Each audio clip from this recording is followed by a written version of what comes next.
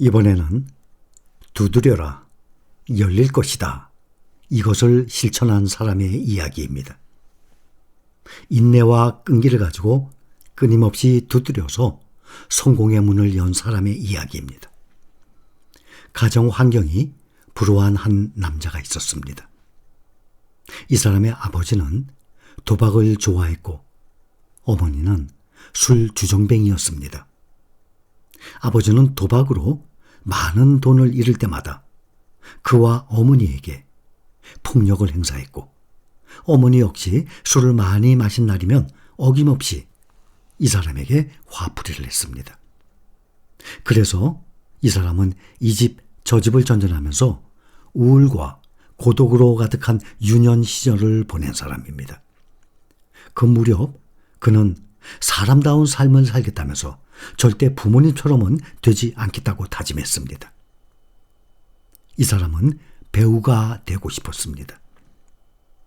학력도 자본금도 필요 없는 직업인데다가 성공하면 돈과 명예를 모두 거머쥘 수 있었기 때문입니다.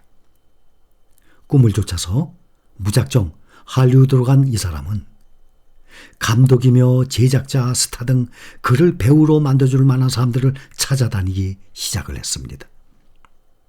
제게 기회를 한 번만 주십시오. 저를 배우로 만들어주신다면 반드시 성공하겠습니다.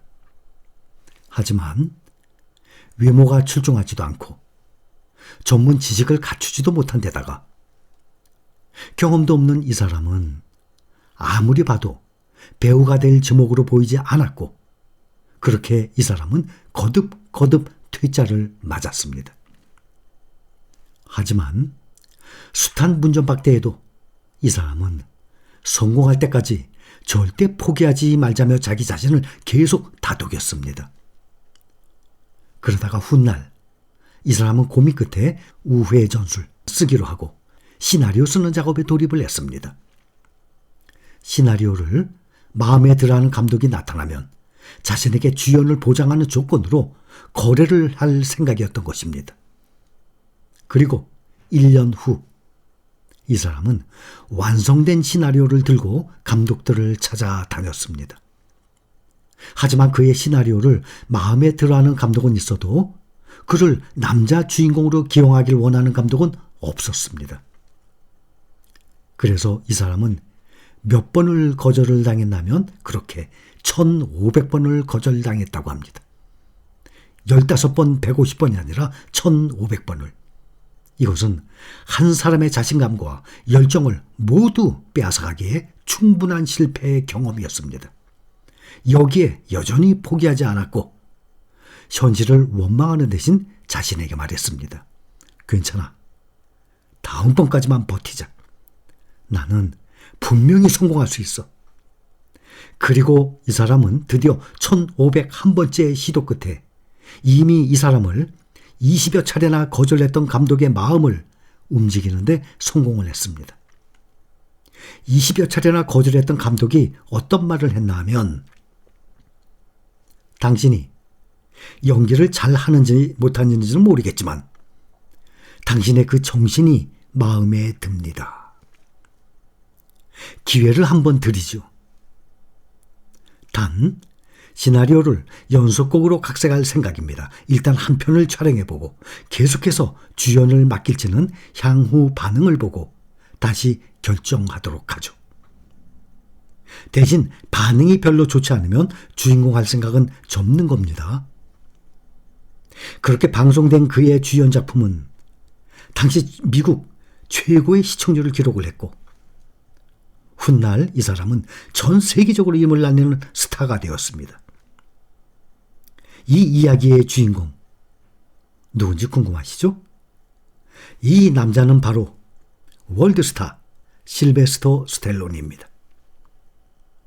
이 사람의 나이는 1946년생, 우리나라 나이로 몇 살입니까? 78세? 80이 다 된 나이입니다. 현재. 제가 지금 실베스터 스텔론을 소개하듯이 3년 전에 유튜브를 시작하면서 그때쯤에 중국의 홍콩의 액션 스타 성룡에 대해서도 말씀을 드렸었습니다. 그 영상도 당연히 남아있죠. 성령도 어렸을 때 참 가난했습니다. 아버지의 손을 잡고 무술 학원에 들어갔어요. 거기서 밥까지 다 먹여줬습니다. 거기서 어린 나이에 맞아가면서 그 힘든 아주 고된 훈련을 다 견뎌내면서 월드스타가 된 것 아닙니까?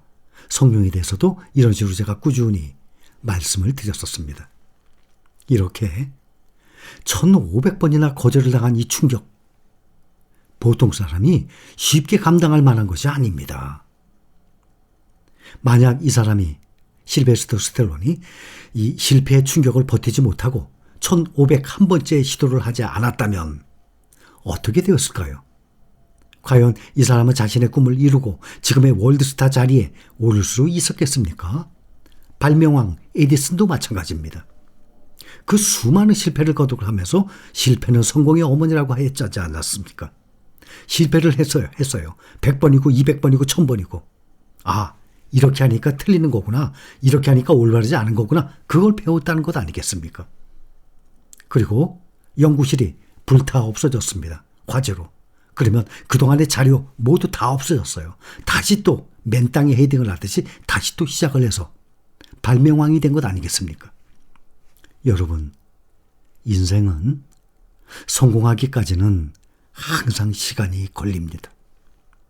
그래서 그 시간을 견뎌내는 인내와 끈기가 필요한 것입니다. 인내와 끈기가 필요하지 않다면 뭐든지 성공하기까지 시간 짧죠. 그렇지가 않거든요. 주식도 마찬가지예요. 지금 우리가 작년 1년을 참 잘 견뎌왔어요. 앞으로 언제가 될지 모르죠. 앞으로 3개월 후 올해 연말 약사장이 끝나면 지금까지 우리가 힘들게 견뎌왔던 약사장의 몇 배나 긴, 몇 배의 상승률이 있는 강사장을 우리는 맛볼 수 있는 거예요. 근데 그것을 싸게 주식을 산 사람이 맛볼 수 있는 거지, 싸게 주식을 사지도 않았는데 강사장을 어떻게 맛보겠습니까? 약사장에서 부지런히 적감해서 해서 수량을 늘린 사람이야말로 강사장을 즐길 수 있고 맛을 볼 수 있고 수익을 낼 수 있는 거지. 약사장에서 매수도 안 하고 시장에 들어오지도 않은 사람이 무슨 강사장에서 뭘 맛을 느낄 수 있겠습니까? 그래서 여러분들이 투자하는 방식은 정말 옳은 방법이라는 것을 약사장이 끝나고 강사장이 돌아가게 되면 누구든지 다 느낄 겁니다. 지금 우리가 투자하는 종목들은 딱 한 종목만 투자하십니까? 아니잖아요.